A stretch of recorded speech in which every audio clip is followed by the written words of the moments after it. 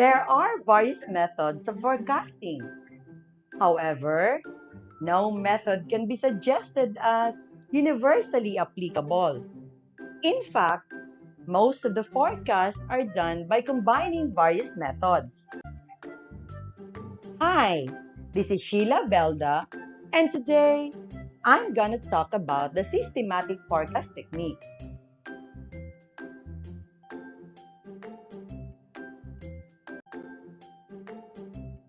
To handle the increasing variety and complexity of managerial forecasting problems, many forecasting techniques have been developed in recent years. Each has its special use, and care must be taken to select the correct technique for a particular application. So, what are the techniques of forecasting? First, we have historical analogy method.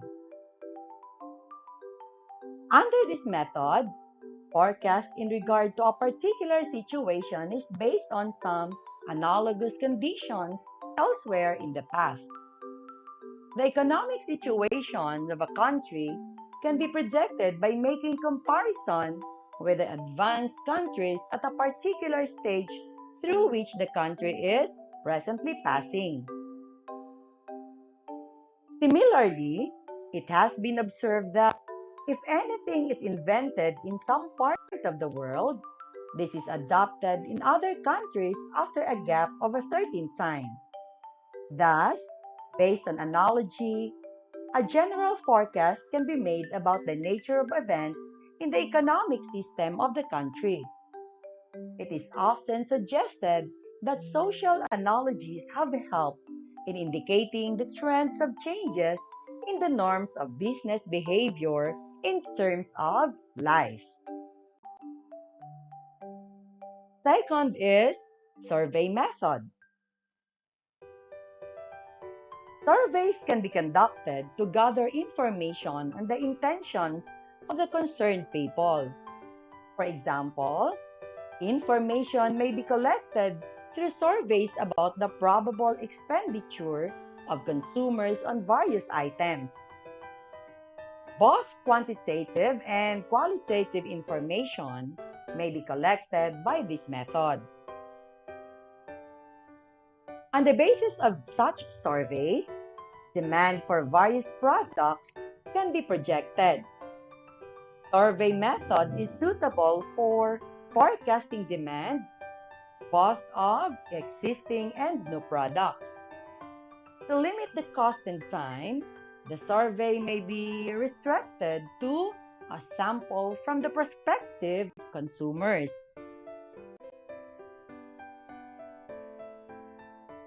Third is opinion poll.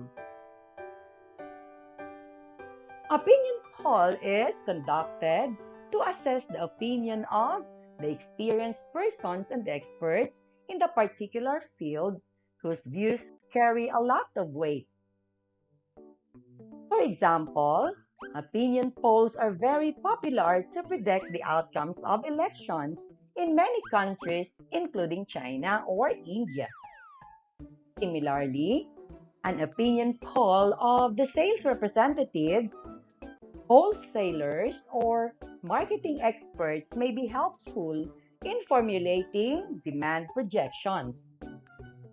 So, if opinion polls give wildly divergent views, and experts may be called for discussion and explanation of why they are holding a particular view, they may be asked to comment on the views of the others, to revise their views in the context of the opposite views, and consensus may emerge.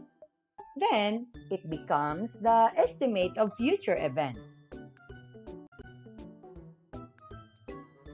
Fourth is business barometers.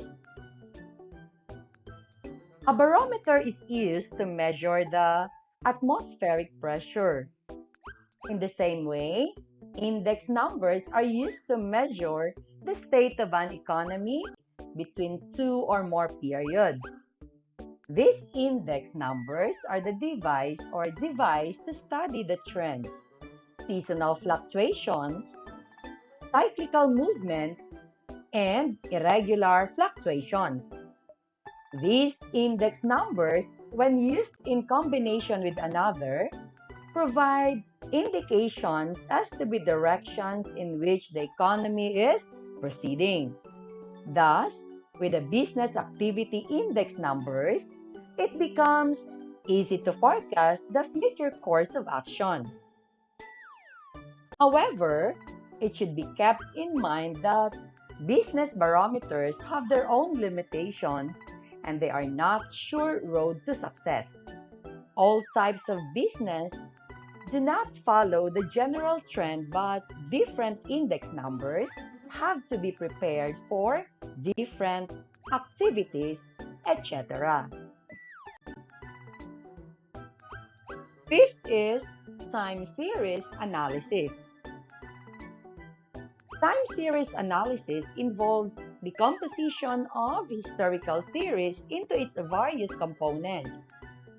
This trend, seasonal variances, cyclical variations, and random variances.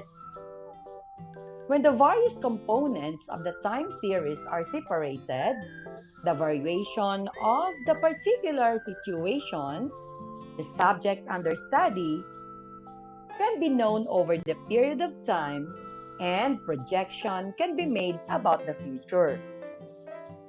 A trend can be known over the period of time, which may be true for the future also. However, time series analysis should be used as basis for forecasting when data are available for the long period of time and tendencies disclosed by the trend and seasonal factors are fairly clear and stable. Sixth is regression analysis. Regression analysis is meant to disclose the relative movements of two or more interrelated series. It is used to estimate the changes in one variable as a result of specified changes in other variable or variables.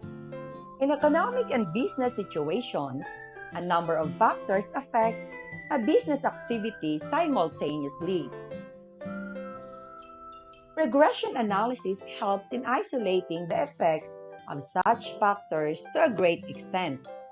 For example, if we know that there is a positive relationship between advertising expenditure and volume of sales or between sales and profit, it is possible to have estimate of the sales on the basis of advertising or of the profit on the basis of projected sales, provided other things remain the same. Seventh is input-output analysis. According to this method, a forecast of output is based on given input if relationship between input and output is known.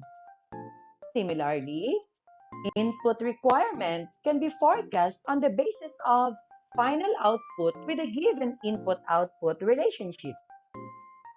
The basis of this technique is that the various sectors of economy are interrelated and such interrelationships are well established.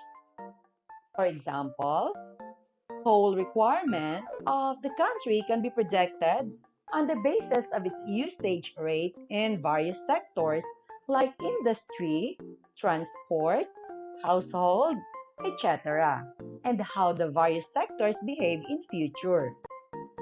This technique yields sector-wise forecasts and is extensively used in forecasting business or business events as the data required for its application are easily obtained. So, that's all for now. Thank you for watching.